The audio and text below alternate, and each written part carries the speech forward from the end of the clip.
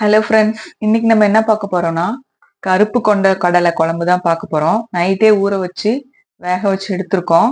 வாங்க இப்ப எப்படி செய்யறதுன்னு பார்க்கலாம். பாருங்க, ஒரு வானல் வச்சு 2 ஸ்பூன் ஆயில் விட்டுக்கோங்க.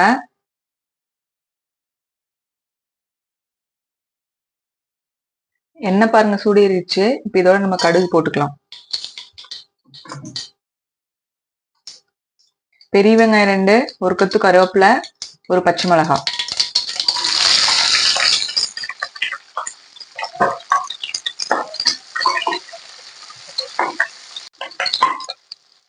அடுத்தது தக்காளி 1, இஞ்சி பூண்டு பேஸ்ட் 1 ஸ்பூன் எல்லாம் சேர்த்து நல்லா கிண்டி விடுங்க.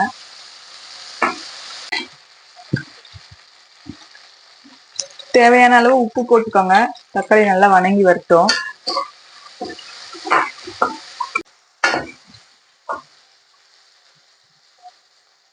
கால் ஸ்பூன் மஞ்சத்தூள், 1 ஸ்பூன் மிளகாய் தூள், 1.5 ஸ்பூன் கொத்தமல்லி, 1/2 ஸ்பூன் கரம் மசாலா எல்லாம் சேர்த்து லைட்டா தண்ணி தெளிச்சு நல்லா கிண்டி விடுங்க. மசாலாலாம் நல்லா வேகட்டும்.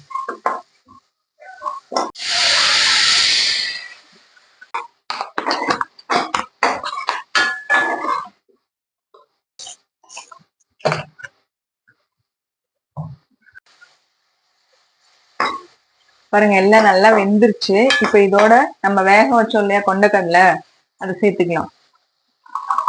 எல்லாமே சேர்க்காதீங்க, கொஞ்சம் தான் எடுத்து வைங்க. நம்ம தேங்காவோட சேர்த்து அரைக்கிறதுக்கு வேணும்.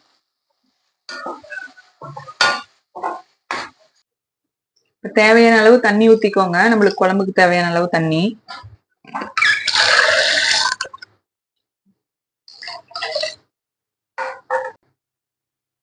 இப்ப இது நல்லா கொதிக்கிட்டோம். அதுக்குள்ள ஒரு அரை மூடி தேங்காவும் நம்ம எடுத்து வச்சிருக்கல கொண்டக்கடலை கொஞ்சம் மீதி, அதையும் சேர்த்து அரைச்சு எடுத்துக்கலாம்.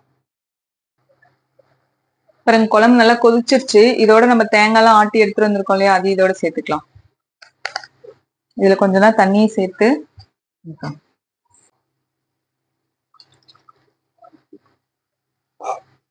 இது நல்லா கொதிக்கிட்டும் ஒரு 10 நிமிஷம். இது வந்து நம்மளுக்கு சாப்பாட்டுக்கு, இட்லி தோசைக்கு எல்லாத்துக்குமே சேர்த்து சாப்பிடலாம்.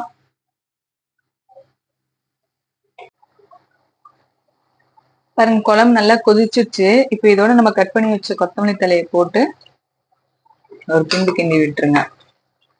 இந்த மாதிரி கருப்பு கொண்ட கடலை வேக வச்சு நீங்களும் குழம்பு வச்சு பாருங்க.